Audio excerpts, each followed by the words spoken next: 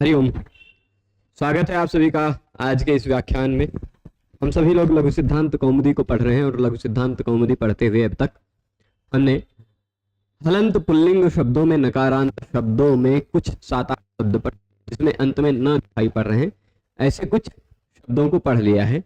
अब हलंत पुल्लिंग शब्द में एक शब्द आया है मघवन।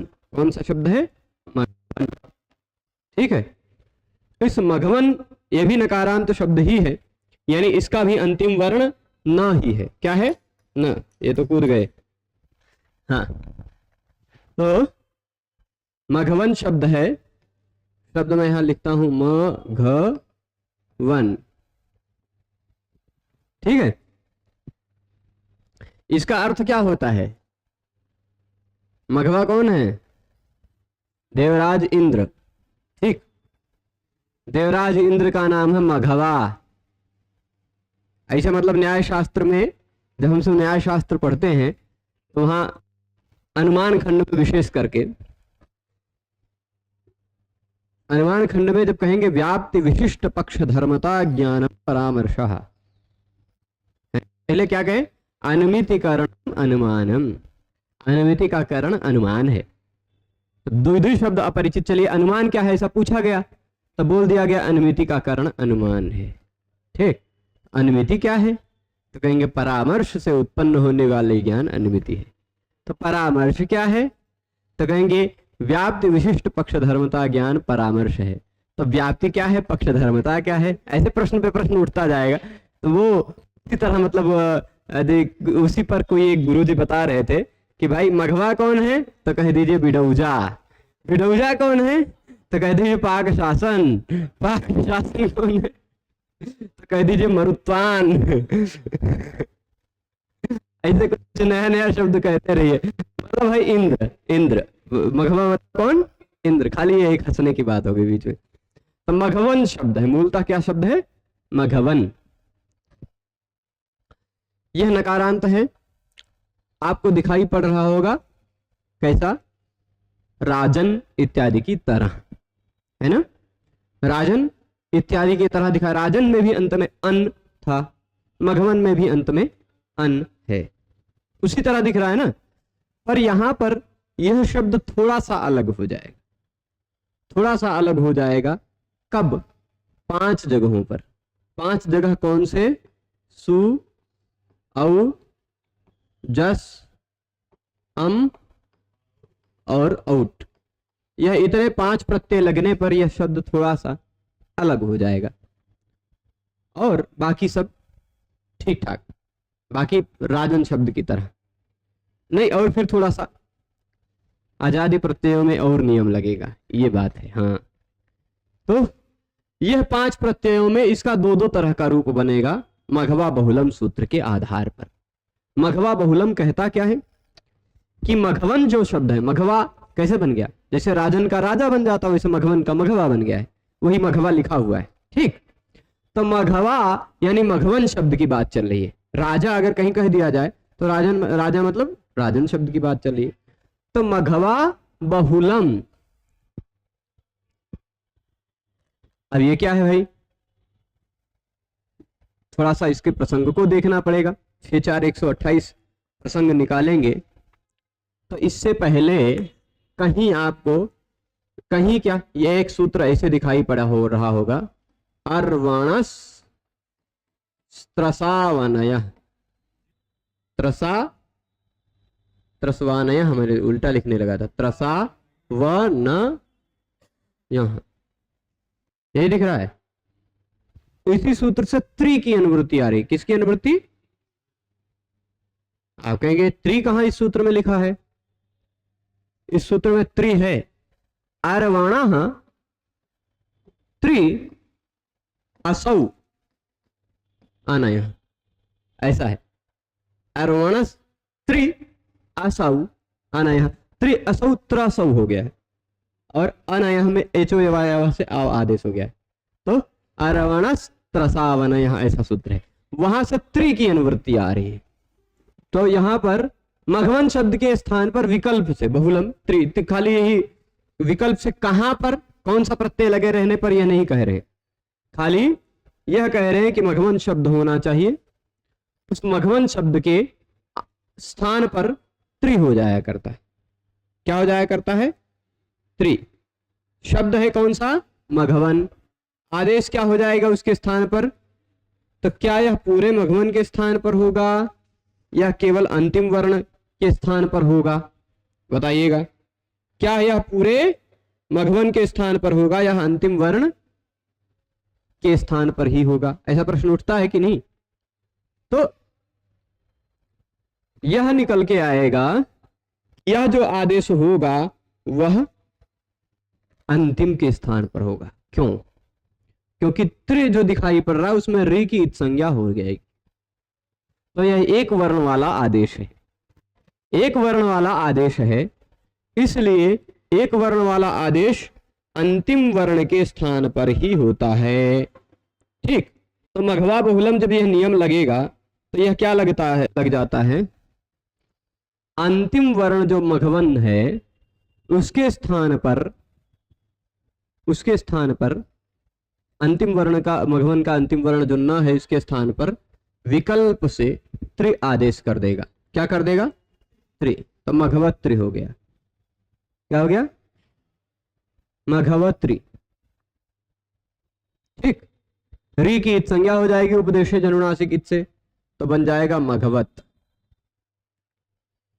ठीक है, अब यह मघवत शब्द जो बन गया यह तकारांत शब्द बन गया। तकारांत शब्द बन गया कि नहीं? मघवत शब्द जो बन गया यह तकारांत शब्द हो गया। मघवन था पर मघवत बन गया कब? विकल्प से। जब यह मघवा बहुलम नियम नहीं लगेगा, विकल्प से त्रि आदेश नहीं करेगा, तो शब्द क्या रहेगा? तो शब्द मघवन वैसे का वैसा बचेगा, म घ वन। ठीक, तो यानी इसका दोनों तरह का रूप चलेगा, एक तो मघवत शब्द पर रूप चलेगा इसका और एक तो मघवन शब्द पर रूप चलेगा इसका। ठीक, तो मघवत भगवत शब्द की तरह रहेगा, भगवान भगवंतो भगवंतः की तरह, मघवान मघवंतो मघवंतः, मघवंतम मघवंतो मघवतः।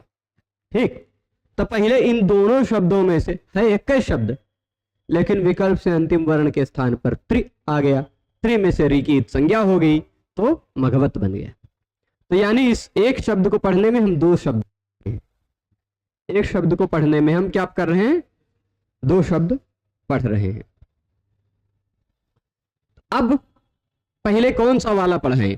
पहले ता वाला पढ़ाएं कि ना वाला? पहले कौन सा आप देखना चाहेंगे? सभी विभक्तियों में उसके रूप देख लिए जाएं। कौन सा? पहले मघवत को देख लेते हैं। ठीक, त्रि आदेश हो जाएगा बहुलम, वह विकल्प से जब त्रि आदेश हो जाएगा तो मघवत हो गया है। इसके बाद अब आप लगाइए सुप्रत्यय। प्रथमा विभक्ति एक वचन का सुप्रत्यय। तो में से बचता क्या है? स, मघवत स। अब यहां पर क्या है? उगिदचाम सर्वनाम स्थाने अधातोः। ठीक, उगिदचाम सर्वनाम स्थाने अधातोः। उगित का मतलब क्या है? पहली बात क्या है? उगित का मतलब क्या है? जिस शब्द को बनने में उ, रे, ली, इन तीनों को पहचानते हैं आप? इन तीनों को एक अगर प्रत्याहार कह दिया जाए, ठीक, इन तीनों को यदि हम कोई प्रत्याहार मान लेते हैं तो कौन सा प्रत्याहार मान सकते हैं? कौन सा प्रत्याहार मान सकते हैं? तो यह उक प्रत्याहार है, उ से लेके क तक उक प्रत्याहार है। उक की जिसमें इत संज्ञा हो, किसकी? उक की जिसमें इत संज्ञा हो वह शब्द क्या कहलाता है? उगित कहलाता है। त्रि में से री की इत संज्ञा हुई है कि नहीं? भाई मघवत बना तो यहां री की इत संज्ञा हुई है कि नहीं? यह री की इत संज्ञा हुई है तो यह उगित हो गया। उ की, री की या लृ की इत संज्ञा हुई हो किसी भी शब्द के बनने में तो वह उगित कहलाता है। उगित है, री की इत संज्ञा हुई है। तो उगितचाम सर्वनाम स्थाने धातु क्या कहता है? यहां देखिएगा, यह सूत्र है, उगित और अचाम। उगित अचाम। उगित का मतलब क्या? जिसमें ऊ की, रे की या ले की इत संज्ञा हुई हो, वह है उगित। अचाम क्या है? यहां अच का मतलब स्वरवर्ण मत समझिएगा, यहां अच का मतलब स्वरवर्ण नहीं है। तो क्या है? अच का मतलब एक अंच धातु है। कौन सा धातु है? उसके बाद क्विप प्रत्यय लगता है, अंच धातु से क्विप या क्विन लग जाता है तो फिर वह पूरा प्रत्यय गायब हो जाता है। और अनुनासिकस्य क्विझलोह कंगिति, इस सूत्र से इस अनुनासिक यहाँ का लोप हो जाता है तो बच जाता है अच। ठीक। प्राच इत्यादि शब्द में प्राच, उसी से प्राची इत्यादि बनता है ना, तो वह जो अच है उसकी बात चल रही है। ठीक। तो उगित हो, ये देख लीजिए, इसलिए कहा इन्होंने नलोपिनः अंचतेश्च, जिसके बीच में आने वाले न का लोप हो गया हो ऐसे अंच धातु। आप कहेंगे न का लोप तो नहीं हुआ, यहां बिचवा में से यहाँ का लोप हुआ है। भाई ये यहाँ नहीं है, मूलतः क्या है? यह मूलतः न है, प्रस्तोष चुनाश्चु से इसको यहां हो गया है। ठीक है, तो वो न का ही लोप हुआ है, ऐसा समझिएगा। ठीक है, फिर से मैं इसको बता देता हूं। मूलतः धातु है अंच, क्या? ठीक। स्तोष चुनाश्चु से इस न के स्थान पर हो गया यहां, और उसके बाद जब क्विप प्रत्यय लगेगा तो अनुनासिक से क्विप क्विप प्रत्यय लगा हुआ हो अनुनासिक के बाद, या प्रत्यय का पहला वर्ण झल हो, कित गिंत प्रत्यय हो, तो भी इस अनुनासिक का लोप हो जाता है, तो अच हो गया। उस अच की बात चल रही। तो अनुनासिक का लोप हुआ है, यानी या का लोप हुआ है, या ऐसा कह सकते हैं ना का लोप हुआ है। क्यों ना का लोप हुआ ऐसा कह सकते हैं? क्योंकि यहाँ का लोप करने वाला, यहाँ करने वाला जो सूत्र है स्तोह चुना चुह, वह असिद्ध है। ना का लोप करने वाला जो ना को यहाँ कर देने वाला जो स्तोह चुना चुह सूत्र कहां पर है? एक बार देखिए तो, स्तोह चुना चुह 8-4-40 है ना। तो यह धातु, अगर धातु पाठ में मूलतः अंच कहा गया है, स्तोष चुनाश्चु से इसको ना को यहाँ होकर ऐसा ऐच बन गया है, पर जो यहाँ कर रहा है स्तोष चुनाश्चु वह तो 8-4-40 है ना। और अनुनासिक से कुजलो कीति के नजर में वहां उसको यहाँ नहीं दिखाई पड़ेगा, वो कोई भी अनुनासिक हो ना भी दिखाई पड़ेगा तो भी लोप कर देगा। और इसकी नजर में तो भाई, इसकी नजर में तो ना का ही लोप हुआ है ना, क्योंकि ये तो नहीं जानता है कि यहाँ हो गया है, ये तो नहीं जानता है कि यहाँ हो गया, इसको तो वहीं यहाँ वहां पर ना ही दिखाई पड़ रहा है। इसलिए यह कह रहा है ना लोप हुए, जिसमें ना का लोप हुआ हो ऐसे अंच धातु, ऐसे अंच धातु को नुम आगम हो जाया करता है, सर्वनाम स्थान प्रत्यय पर में हो तो। अब सर्वनाम स्थान प्रत्यय मतलब वही मैं बता दिया हूं ऊपर, सु औजस अमौट इत्यादि। सु औजस अमौट ये तो 5 है ना। तो यह देखिए, ये 5 प्रत्यय में से कोई एक प्रत्यय है, या उगित या अच है। अच तो नहीं है पर उगित है। अच मतलब अंशु धातु वाला, अंश धातु वाला। ठीक, तो ये उगित है। उ की री की संज्ञा हुई है इसमें। री की संज्ञा होने के कारण यहां पर जो सुप्रत्यय का लगा हुआ है स, क्या लगा हुआ है? स, ये सर्वनाम स्थान प्रत्यय है। उगित है, उसके बाद सर्वनाम स्थान प्रत्यय है, और वह धातु नहीं होना चाहिए। मगवत कोई धातु है? नहीं है ना, अधातु, धातु भी नहीं है। तो जो धातु ना हो पर उसमें उ रिलरी में से किसी एक का इत संज्ञा हुआ हो, ये धातु भी नहीं है। इसमें से उ रिलरी में से किसी एक की इत संज्ञा हुई है ना। और इसमें ना का लोप भी हुआ, अथवा जिसमें ना का, ये तो एक बात होगी। दूसरी बात, या तो ना का लोप वाला अंशु धातु हो, अच हो। ये तो उगित की बात हो गई, ये हो गई न लोप वाला अंश। क्योंकि यहां अधातु कहा, धातु नहीं होना चाहिए, तो यह अगर यहां अच कह दिया है तो वह एक विशेष, वो धातु ही कह दिया है, तो अधातु का मतलब यह उगित का ही से साथ ही संबंध रखेगा। अधातु अच के साथ संबंध नहीं रखेगा। ठीक, या फिर ऐसा भी समझ लीजिए अधातु ग्रहण यहाँ व्यर्थ होता, बहुत सारा प्रश्न इत्यादि उठता है शास्त्रार्थ में इसमें। तो यह कहते हैं कि जब यह अच फिर से धातु बन जाएगा, एक तो धातु के बाद फिर प्रातिपदिक बनेगा कृदंत होने के बाद, धातु के बाद इसमें कोई कृत प्रत्यय क्विप इत्यादि लग गया तो प्रातिपदिक हो गया, और प्रातिपदिक के बाद फिर से मान लीजिए हमने क्यंग क्यश इत्यादि कोई क्यंग प्रत्यय कर दिया या क्यच प्रत्यय कर दिया नाम धातु वाला, तो फिर से वह धातु बन जाएगा, क्या का लोप हो जाएगा जब तक यह हला इत्यादि नियम लगकर, तो फिर वहां पर वो फिर से धातु बन जाएगा। इसलिए यहाँ अधातु का ग्रहण किया गया, थोड़ा सा विस्तार हो जाएगा, अधातु ग्रहण क्यों किया गया है, वो विस्तार ज्यादा ले जाएगा और मघवा शब्द फिर पूरे नहीं हो पाएगा, तो इसलिए शॉर्टकट में मैं बताता हूं, चलेगा। तो ना का लोप वाला अंश हो, अंश धातु जिसमें ना का लोप हो गया मतलब यहाँ का लोप हो गया, अच बचा हो, ऐसे अचाम की बात है, उगित हो या अच हो, तो ऐसे के बाद यहाँ ऊपर से नुम की अनुवृत्ति कहीं से आ रही होगी, कहां से आ रही है, इदतो नुम धातु से।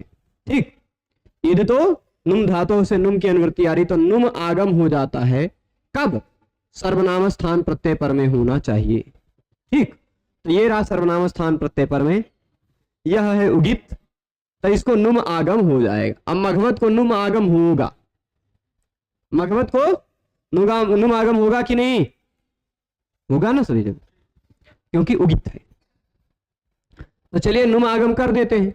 नुम आगम कहां पर बैठेगा,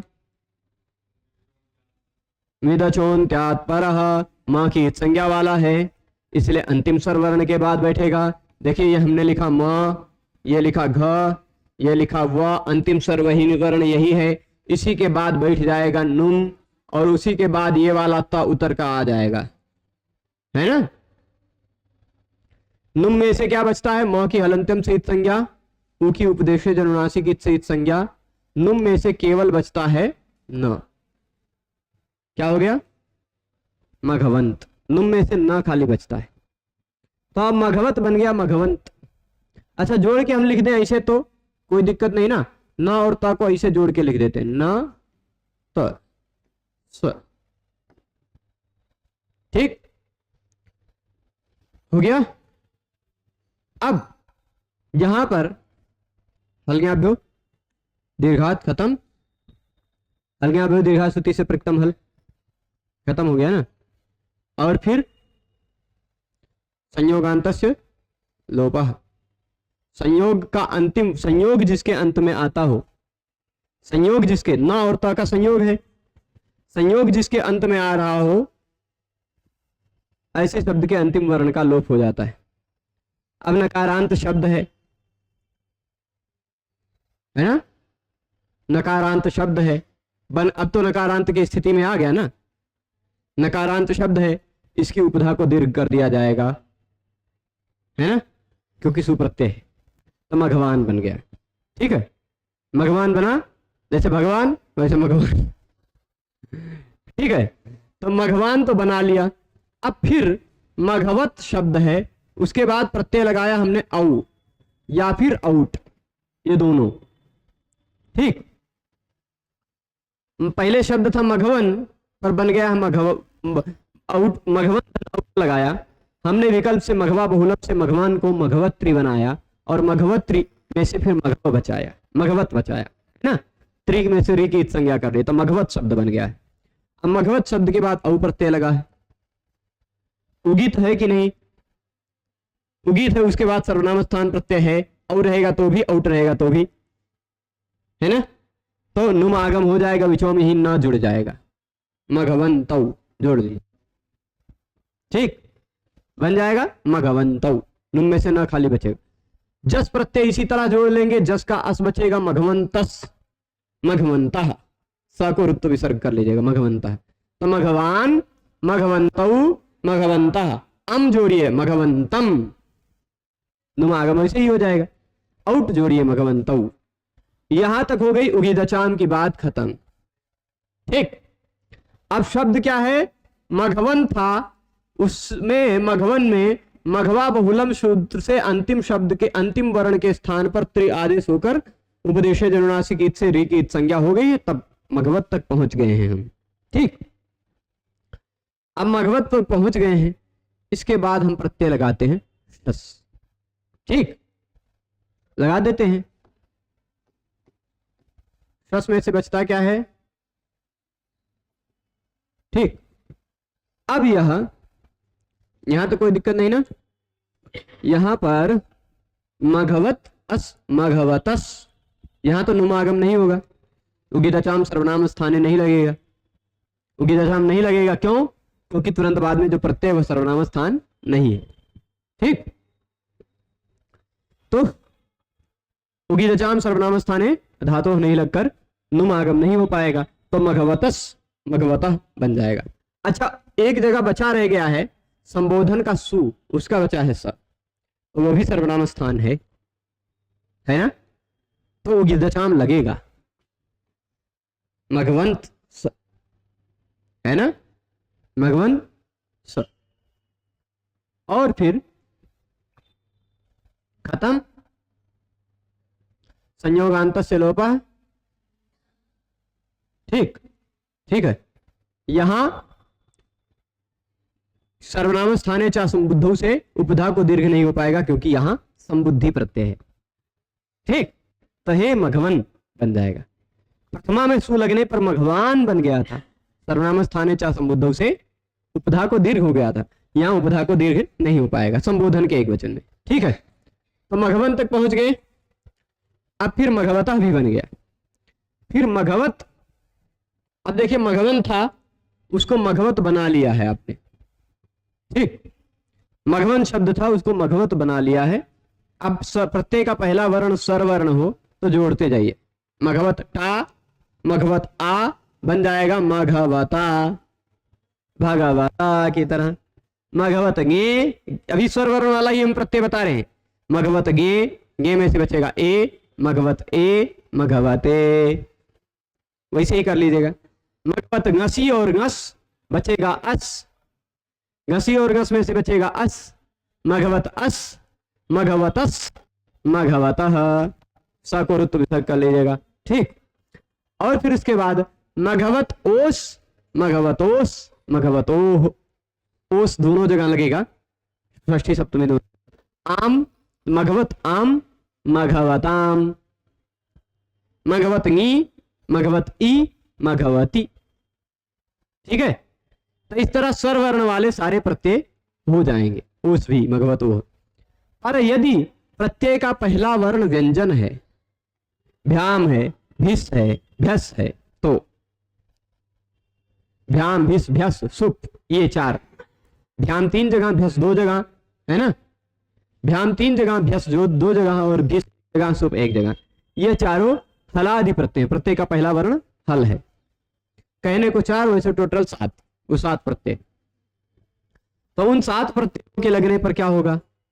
सु इत्यादि प्रत्यय है। ठीक, ये प्रत्यय कैसे है? सु इत्यादि में से कोई एक प्रत्यय है, सर्वनाम स्थान नहीं है, उसका उसका पहला वर्ण हल है, तो भ संज्ञा नहीं होगी, ये चिभ हमसे भ संज्ञा नहीं होगी, सादृश्य सर्वनाम स्थान से इस मघवत की पद संज्ञा हो जाएगी। पद संज्ञा हो जाएगी कि नहीं? पद का अंतिम वर्ण झल है, झलान जसवंते से इस पद के अंतिम वर्ण झल के स्थान पर विकल्प से नहीं, झलान जसवंते से इस पद के अंतिम वर्ण जो ता है, उस ता के स्थान पर जस होकर द हो जाएगा। ठीक, ता के स्थान पर जस तो होकर क्या हो जाएगा? द, तो मघवद्भ्याम। ठीक, मघवद्भ्याम। अभी हम मघवत शब्द ही बना रहे हैं, मघवद्भ्याम बन गया। फिर मघवत 3 बार ये मघवद्भ्याम बना लीजिएगा आप। भ्यस के बाद इस तरह भिस या भ्यस लगाएंगे तो मघवद भी, मघवद्भ्या बना लीजिएगा, ता को द कर लीजिएगा, झलाम जसोनते नियम लगा लीजिएगा, क्योंकि पद का अंतिम वर्ण झल आ गया, ता आ गया, तो उसके स्थान पर जस यानी जब अगर ड में कुछ हो जाएगा। ठीक है, पर अब यही मघवत शब्द के बाद सु प्रत्यय यदि लगा हुआ है, सुप, सुप का बचा हुआ है सु, तो यहां आप क्या करेंगे? यहां पर देख लीजिए, मघवत सु, पद संज्ञा होगी। झलान जो सुनते से मान लीजिए ता को द भी कर देंगे तो भी खरीचे उसको फिर से वापस ता कर देगा, क्योंकि तुरंत बाद में खर प्रत्याहार का वर्ण है। खफ छठ चट कप शस, इनमें से कोई हो तो उसके पूर्व में आने वाले वर्ण के स्थान पर उसी वर्ग का पहला वर्ण हो जाता है, तो खरीचे हो जाएगा। इसलिए मघवद झलान जो सुनते से आप ता को दा कीजिएगा और फिर खरीचा आएगा उस दा को फिर से ता कर देगा, तो मघवत सु बन जाएगा। ठीक है, तो यह मघवन शब्द को जब हम त्रि आदेश कर लेंगे मघवा बहुलम से तब इतना रूप बनेगा। मघवान, मघवन्तौ, मघवन्तः, हे मघवन, हे मघवन्तौ, हे मघवन्तः, मघवन्तं, मघवन्तौ, मघवतः, मघवता, मघवद्भ्यां, मघवद्भिः, मघवते, मघवद्भ्यां, मघवद्भ्यः, मघवतः, मघवद्भ्यां, मघवद्भ्यः, मघवतः, मघवद्भ्यां, नहीं, मघवतः, मघवतोः, मघवतां, मघवति, मघवतोः, मघवत्सु। ठीक है, इतनी बात स्पष्ट है। तो अब इसके बाद आगे देखते चलते हैं हम। जब इस त्रि आदेश नहीं होगा, बचा रहेगा मघवन, तब क्या होगा? क्योंकि त्रि आदेश विकल्प से हो रहा है, बहुलम है, बहुलम है ना, विकल्प से हो रहा है। तो जब यह त्रि आदेश नहीं होगा तब क्या होगा, है ना? चलिए देख लीजिए, ये देखिए मघवान, मघवंतो, मघवंता, हे मघवन, मघवद्भ्याम, इतना ही बता के बाकी सब अपने आप समझ लीजिए। पर जब यह त्रि नहीं हुआ, त्रित्वा भावे क्या होगा? मघवा इत्यादि बनेगा। ठीक, मघवा इत्यादि बनेगा। देख लीजिए, देखते हैं। मघवन है और सु का बचा है स, सर्वनाम स्थाने चा संबुद्धौ से उपधा को दीर्घ किया, हल्ङ्याभ्यो दीर्घा श्रुति से प्रकृतम हल, खत्म, मघवान, है ना? नलोप प्रातिपदिकांत से यह भी खत्म, बच गया मघवा, बन गया। जैसे राजन का राजा वैसे मघवन का मघवा। अच्छा, यहां इन्होंने शॉर्ट एक खाली रूप दिखा, लेकिन फिर आगे बता दिया सूटी, सूटी राजवत। सूटी राजवत मतलब सुट प्रत्यय लगा हुआ सु से लेके औट तक, तो राजन शब्द की तरह ही रहेगा। जैसे मघवन राजन का राजा, राजानो राजाना, वैसे मघवा मघवानो मघवाना, है ना? राजानम राजानो, मघवानम मघवानो, ऐसे ही बना लीजिए। ठीक, जब त्रि आदेश नहीं होगा तब, पर फिर भी बनाते हैं। बनाने में क्या जाता है? मघवन शब्द है, औ प्रत्यय लगाते हैं, उगिद ये सर्वनाम स्थाने चा संबुद्धो लगाएंगे ही, मघवान औ मघवानौ। औ के बाद जस होता तो जस में से बचता अस, मघवान अस मघवानस। सर्वनाम स्थाने चा संबुद्धो तो लगेगा ही ना, सर्वनाम स्थाने चा संबुद्धो से उभधा को दीर्घ हो जाएगा, तो मघवानः, मघवा मघवानो मघवानः। अब शब्द क्या है? मघवन अम, यहां भी सर्वनाम स्थाने चा संबुद्धो लगेगा, मघवानम। औट तो मघवानौ। अच्छा, प्रथमा विभक्ति नहीं होकर संबोधन का एक वचन हो तो मघवन सु, मघवन स, हल्ङ्या खत्म कर दीजिए। मघवन यहां पर नलोपा प्रातिपदिकांत से जी इसका लोप करने जा रहे थे, लेकिन नंगी संबुद्धो ने रोक लिया। और सर्वनाम स्थाने चा संबुद्धो उपधा को दीर्घ करने जा रहे थे, लेकिन वो नहीं कर पाएंगे क्योंकि असंबुद्धि में वो लगते हैं। ठीक, ये संबुद्धि है। ठीक है, तो मघवन बन गया, मघवानो मघवाना संबोधन में भी बनेगा। अब इसके बाद सु औजस अम औट लगाकर हम देख लिए, बचा है अब बारी आई किसकी? मघवन शस। अब जो सूत्र आएगा उस सूत्र के लिए हमें थोड़ा सा ऊपर चलना पड़ेगा। ठीक, सुटी राजवत, सुट प्रत्यय लगे रहने पर यानी सुओजस अमौट लगा रहने पर राजवत यानी राजन शब्द की तरह उसका रूप चलेगा। ये हमने सीख लिया।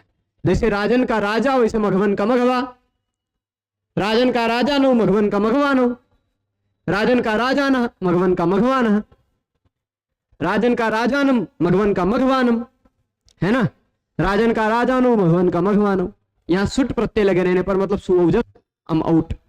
अच्छा, राजन का हे राजन इसका मघवन का हे मघवन, हे भगवानो, हे राजानो, हे भगवाना, हे राजाना, मतलब राजन शब्द की तरह ही है राजवत। यहां तक आप समझ गए हैं। अब इससे थोड़ा सा हमें ऊपर चलना पड़ेगा और यह सूत्र आ रहा है, बड़े मजेदार सूत्र है। ठीक, यह सूत्र बड़ा मजेदार है। कल हमने इस सूत्र पर 2 श्लोक बताए थे कि इस सूत्र पर किसी ने भोज प्रबंध में संभवतः यह श्लोक मिलता है, कि कहां मिलता है पता नहीं, पर किसी ने प्रश्न पूछा और उसका उत्तर दिया है। एक जगह कन्या ने दिया उत्तर और एक जगह है, कौन सा है, किसी दूसरे ने उत्तर नहीं दिया, बिना प्रश्न के ही किसी ने श्लोक बनाया, समस्या पूर्ति की है। तो पर देखिएगा शब्द क्या है, मघवन शस, शस का बचा है अस, मघवन अस। ठीक है, इस स्थिति में मघवन की भ संज्ञा होगी कि नहीं, क्योंकि सु इत्यादि प्रत्यय है, असर्वनाम स्थान प्रत्यय, सर्वनाम स्थान संज्ञा तो नहीं है ना इसकी, सुवजा समूट की ही सर्वनाम स्थान संज्ञा है, सर्वनाम स्थान भी नहीं है, यानी असर्वनाम स्थान है।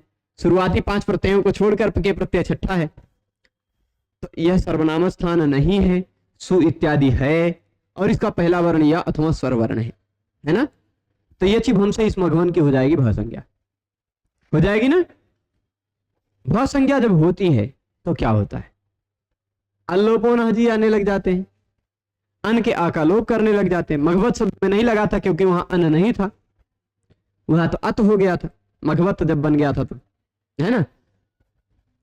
पर यहां तो अन है, या अन आने लगा, अल्लोपोन अन का लोप करने, अन के आ का लोप करने, तभी एक महान सूत्र आ गया, स्व युव मघो नाम अतद्धिते। ठीक, कौन कौन शब्द दिखा रहे हैं, यहां पर 3 शब्द दिया है। यह स्व जो दिखाई पड़ रहा है वो स्व नहीं है, स्वन शब्द है। यहां युव जो दिखाई पड़ रहा है वो युव नहीं है, युवन शब्द है। और मघोनाम जो दिखाई पड़ रहा है वह शब्द कौन सा है, मघवन। तो स्वन, युवन, मघवन, ये 3 शब्दों की बात चल रही है। स्व युव मघो नाम तद्धित। आप कहेंगे इनको पूरा स्वन युवन मघवन लिखना चाहिए था। भाई तीनों में जब समास होगा, तीनों के समास होने के बाद नलोपा प्रातिपदिकांत से ही बिचवा वाले दोनों का ना का लोप हो जाएगा, स्वयुव बचेगा, है ना, स्वयुव। जैसे राज्ञ पुरुष, राजन पुरुष का समास होता है तो राजन पुरुष में राजन के बीच का ना का लोप हो जाता है, राजन पुरुष राज पुरुष हो जाता है ना। वैसे स्वन युवन तो स्वयुवन हो जाता है, पर स्वयुवन और मघवन तो स्वयुव मघवन ऐसा बन जाता है, स्वयुव मघवन, है ना, न का लोप हो जाता है, नलोप प्रातिपदिकांत से। पर उसको जब हम अलग अलग तोड़ के लेंगे, राज पुरुषा को जब हम अलग से निकालते हैं तो राजन और पुरुष निकालते हैं ना। तो वैसे ईश्वन, युवन और मघवन, ये 3 शब्द आपको इस सूत्र से निकालने हैं। श्वन का मतलब क्या होता है, कुत्ता, युवन का मतलब युवा, और मघवन का मतलब होता है इंद्र। कुत्ता, युवा और इंद्र तीनों एक के सूत्र में पाणिनि जी ने कह दी, है ना, तीनों को एक ही सूत्र में कह दिया। यही तो पाणिनि जी की विशेषता है, कहीं से भी ले आते हैं, है ना। एक जैसी विशेषता दिखाई पड़नी चाहिए, कुत्ते में, युवा में और इंद्र में, इन तीनों में एक जैसी, इन तीनों में नहीं, इन तीनों के प्रतिपादक शब्द में एक जैसी विशेषता दिखाई पड़ी, है ना। इन तीनों के प्रतिपादक जो शब्द है, स्वन शब्द, युवन शब्द और मघवन शब्द, तो इसलिए भगवान पाणिनि ने इन तीनों को एक में रख दिया।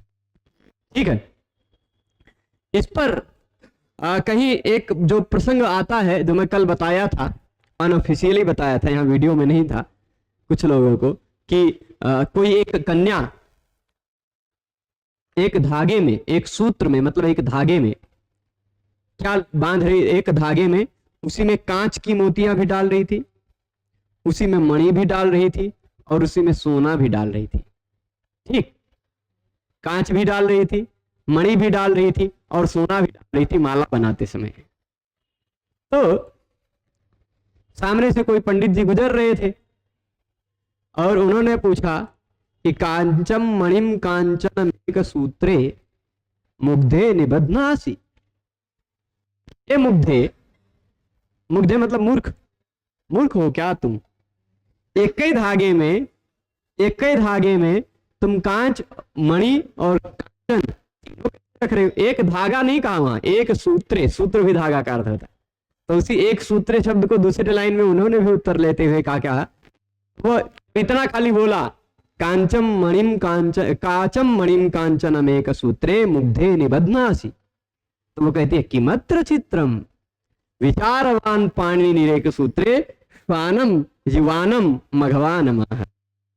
विचारवान पाणिनि जी एक सूत्र में, वो तो कुत्ता, युवा और मघवा तक को कहे गए, यानी इंद्र को, कुत्ते को भी कहा, मघवा, युवा को भी कहा और इंद्र को भी कहा।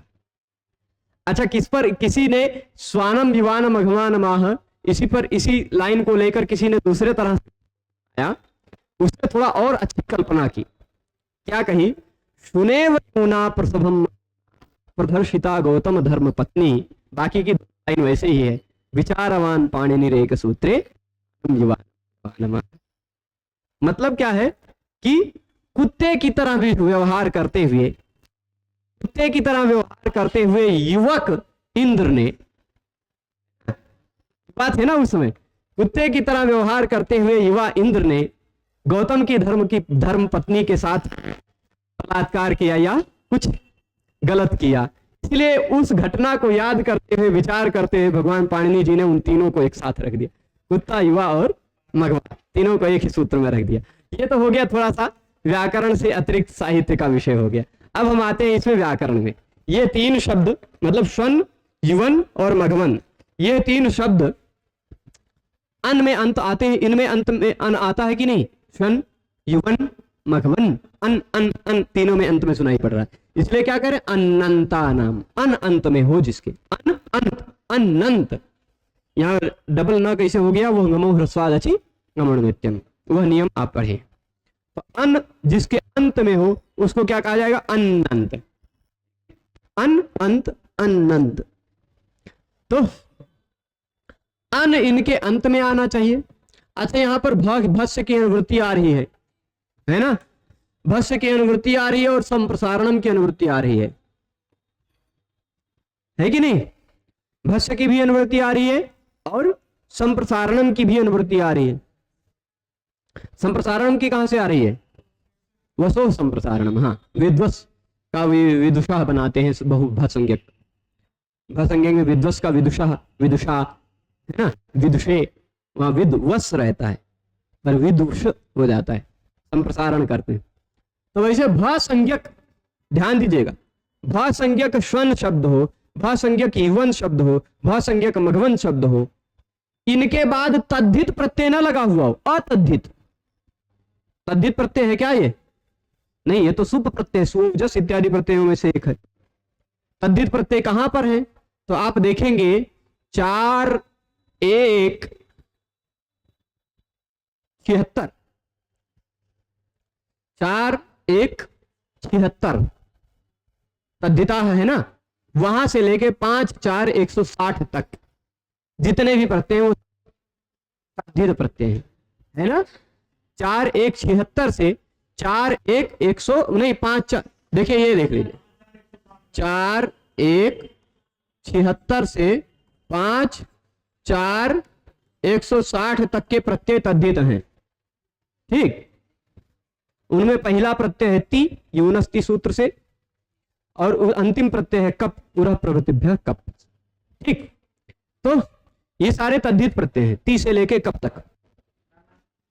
अब इसमें ध्यान दीजिएगा, यह जो यहां अस प्रत्यय हुआ है, यह जो शस प्रत्यय हुआ है, यह कर्मणि द्वितीया से यदि मानते हैं, द्वितीया विभक्ति, तो भी दूसरे अध्याय के सूत्र से हुआ है। और यदि सौज समोक्षष्टाभ्याम भिस गेभ्याम भ्यस सूत्र के आधार पर मानते हैं, तो चौथे अध्याय के पहले पाद के दूसरे सूत्र से हुआ है, यानी तद्धित वाला प्रत्यय नहीं है ना, तद्धित वाला प्रत्यय नहीं है ना, यह सुप प्रत्यय है।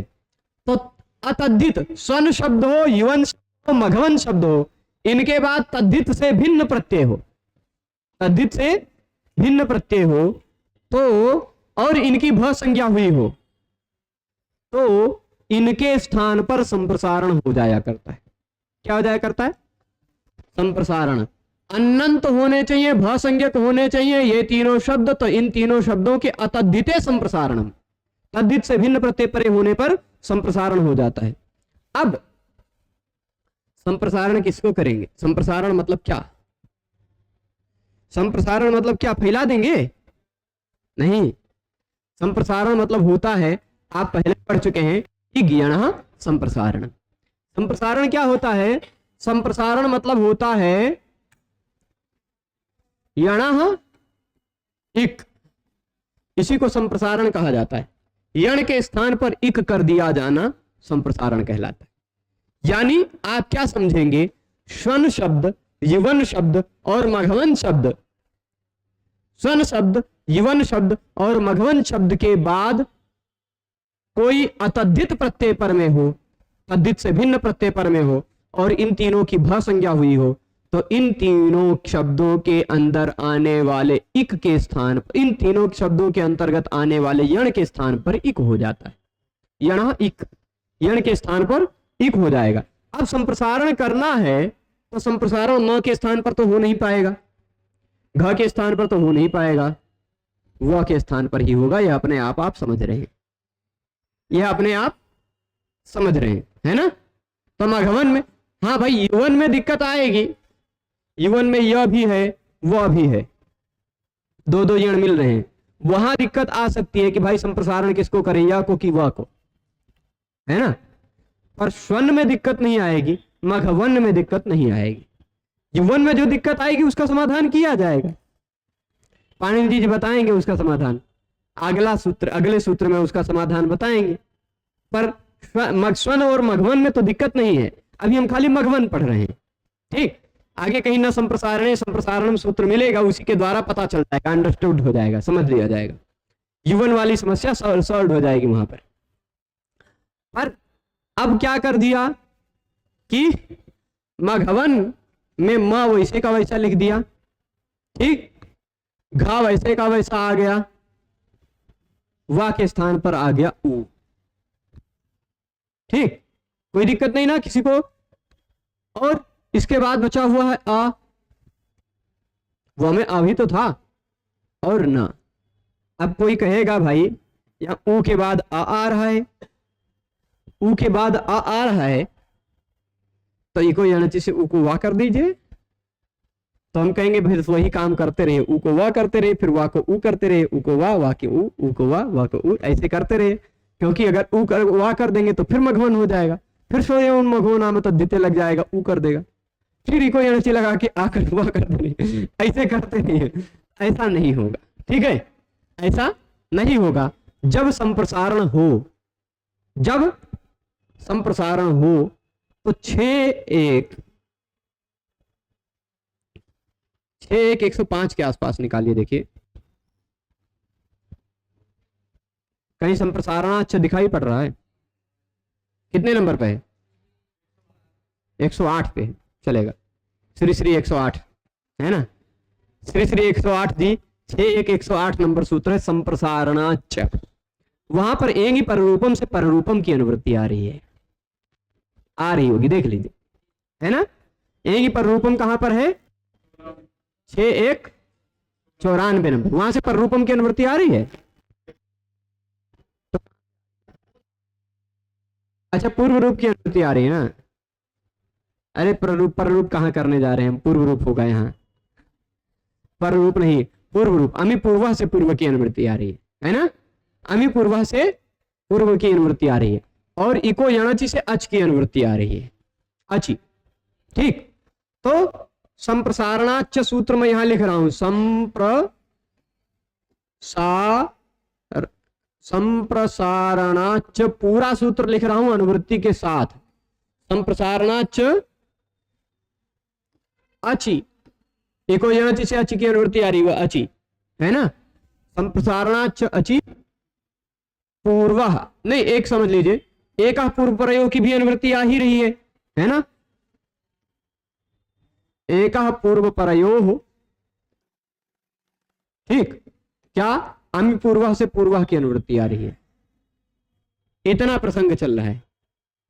तो मतलब क्या हुआ, संप्रसारण के बाद, ध्यान दीजिएगा, संप्रसारणाच्च का मतलब क्या होगा, ध्यान यहां शब्द सा देखिएगा, संप्रसारण के बाद यदि कोई अच वर्ण आ रहा हो, संप्रसारण मतलब क्या, यण के स्थान पर हुआ हो इक, उसी को कहा जाता है संप्रसारण।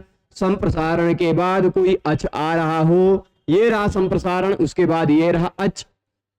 संप्रसारण के बाद अच आ रहा हो तो पूर्व और पर दोनों के स्थान पर एक हो जाया करता है, और वो क्या हो जाया करता है, पूर्व वाला हो जाया करता है। पूर्व और पर इन दोनों के स्थान पर कोई एक हो जाया करता, इन दोनों के स्थान पर कोई एक बचेगा, कौन बचेगा, पूर्व वाला बचेगा, यानी ऊ हो जाएगा। तो जब कभी भी संप्रसारण होगा ना, तो वो अपने बाद वाले स्वर वर्ण को भी खा जाएगा, है ना। अच्छा, ये न हलंत है।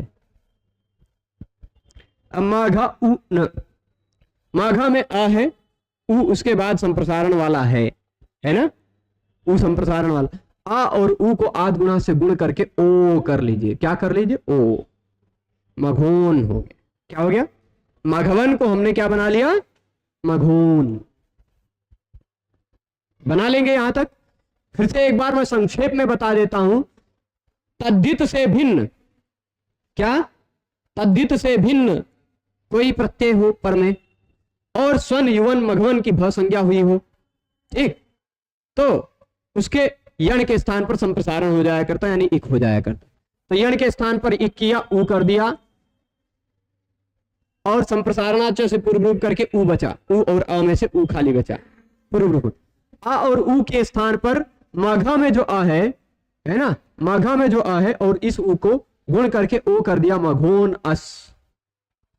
अब कहीं भी यदि प्रत्यय का पहला वर्ण स्वरवर्ण है आगे वाला, चाहे शस है, चाहे टा है, गे है, भ्याम नहीं, गे है, घसी, घस, ऊस, आम, नी, ओस, ये सारे प्रत्यय जिनका पहला वर्ण स्वर वर्ण है, ऐसे प्रत्यय परे रहने पर ये सारा नियम लगेगा, क्योंकि भा संज्ञा होगी, भा संज्ञा होगी तो सो युव मघो नाम तद्धिते लगेगा, तो यण के स्थान पर इको हो जाएगा, इको होगा यानी संप्रसारण होगा, संप्रसारण होगा यानी संप्रसारण च से पूर्व रूप होगा, तो वह अ दोनों के स्थान पर खाली ऊ आ जाएगा, वह अ जो वन का वह है वो पूरा गायब हो जाएगा, ऊ आ जाएगा, और आ माघा का जो आ है उसके साथ वह ऊ जुड़कर ओ बन जाएगा।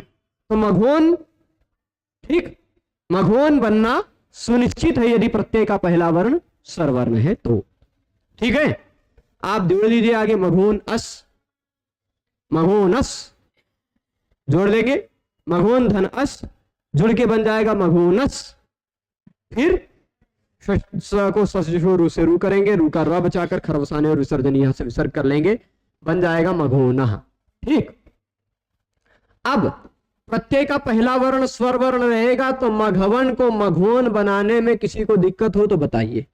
वाह को ऊ कीजिएगा, संप्रसारणाच्च से पूर्व रूप कीजिएगा, और फिर आ ऊ को ये स्थान पर गुण कीजिएगा, ठीक। मघोन टा, मघोन आ, मघोना, वैष्णे वयोना प्रशभम मघोना, मघोना, किसी किसी को भगोना सुनाई पड़ जाएगा, ठीक। तो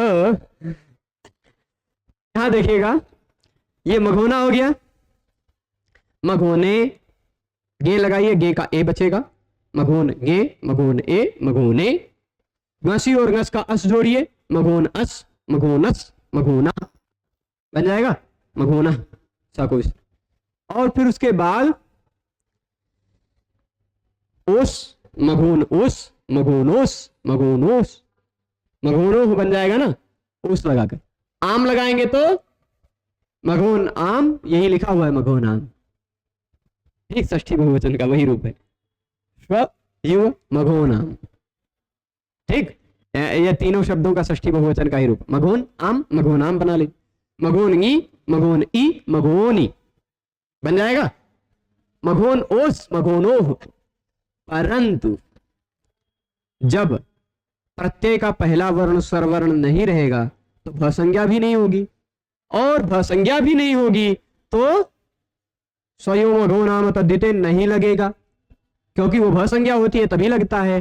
तो बचेगा क्या, मघवन, ऊ के स्थान, वा के स्थान पर ऊ नहीं हो पाएगा, प्रत्यय है भ्याम भयाम। ठीक, प्रत्यय क्या, भ्याम भीष भ्यस सुप, पूरा लगा लीजिए एक साथ, भ्याम भीष भ्यस सुप, चलेगा?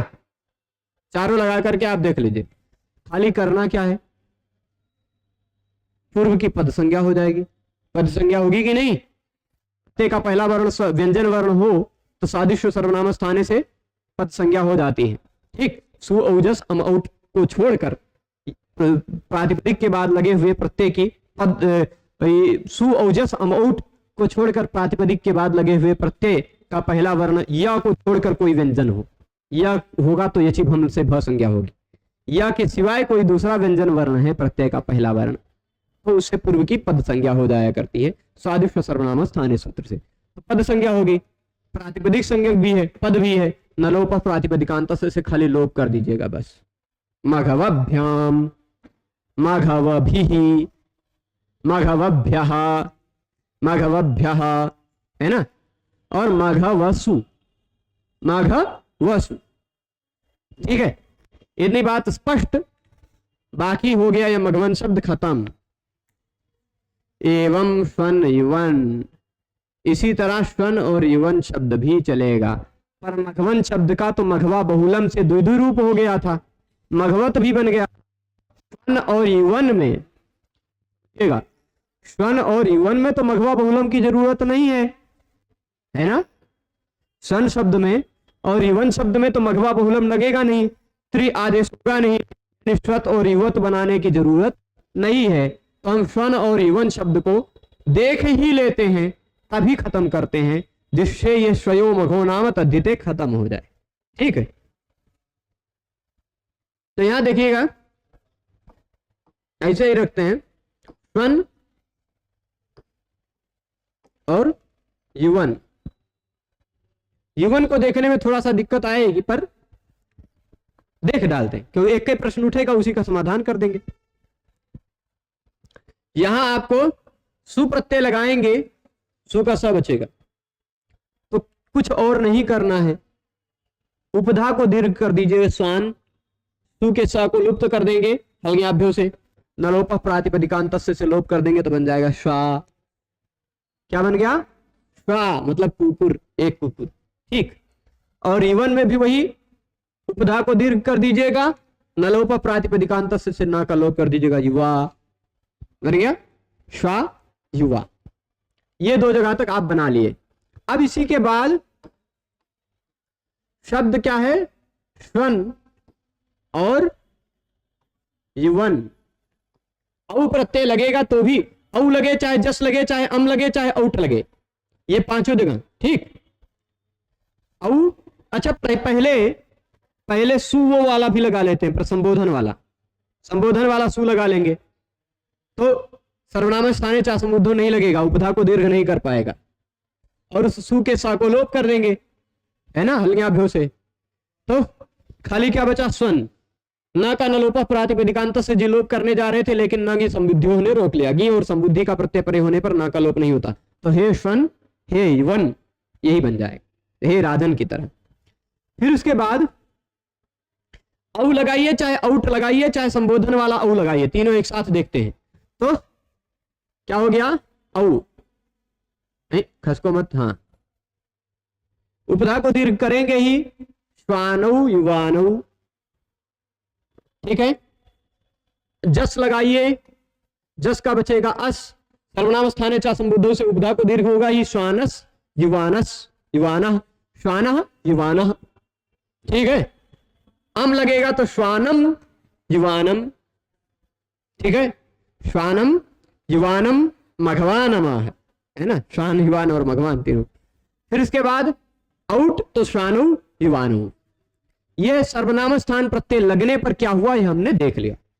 श्वा श्वानु श्वानः, स्वन श्वानु श्वानः संबोधन में, श्वानम श्वानु, ये इतने 5 प्रत्यय लगने पर जो 8 रूप बने वो हमने देख लिया। युवा युवानो युवानः, युवानम युवानो, और फिर संबोधन में युवन युवानो युवान। स्पष्ट है? यहां तक पहुंच गए? तो अब आगे जब प्रत्यय का लगेगा शस, शस का वर्ण बचेगा अस, या ये प्रत्यय लगा लेते हैं टा, फिर गे, घसी घस, ठीक क्या है, 1 मिनट पूरा लिख ही देते हैं, घसी या घस, या फिर ओस, या फिर आम, या फिर सप्तमी वाला भी ओस, ठीक।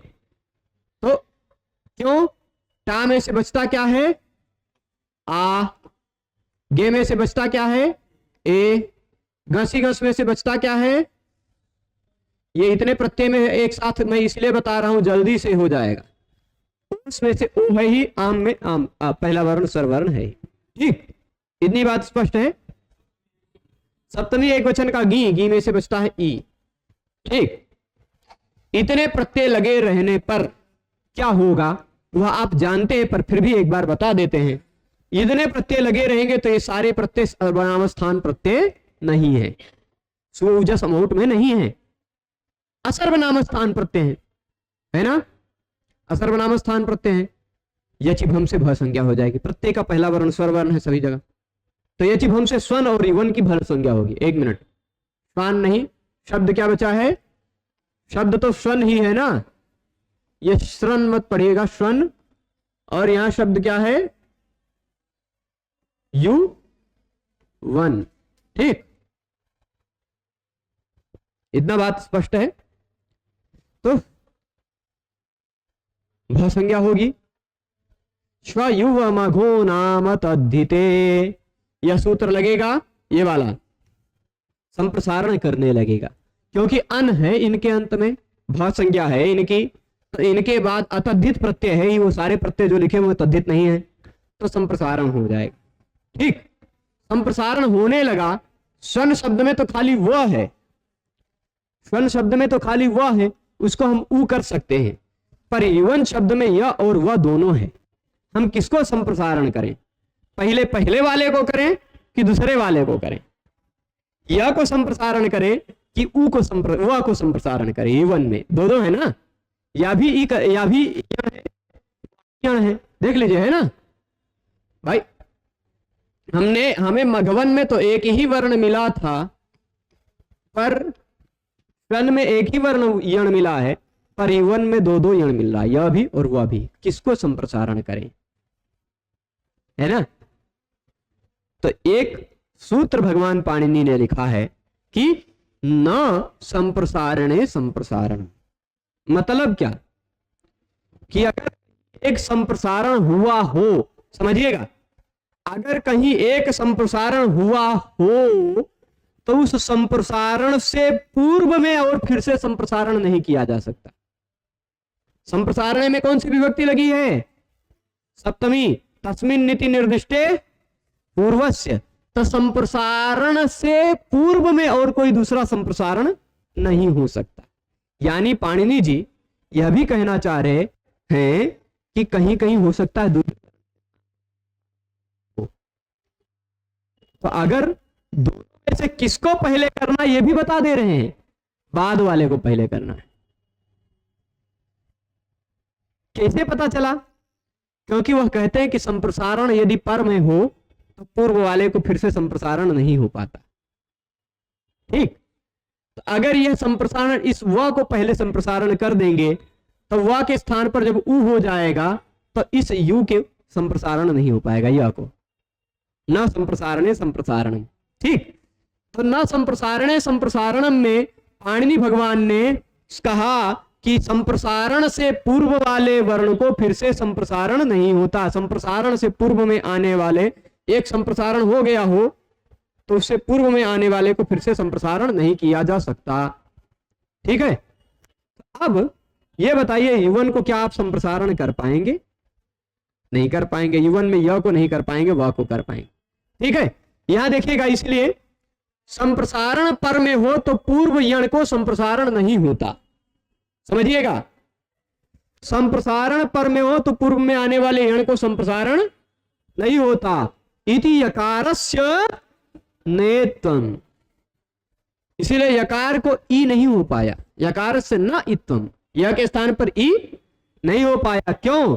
और इसी कारण ज्ञापक होने के कारण, यही ज्ञापक है।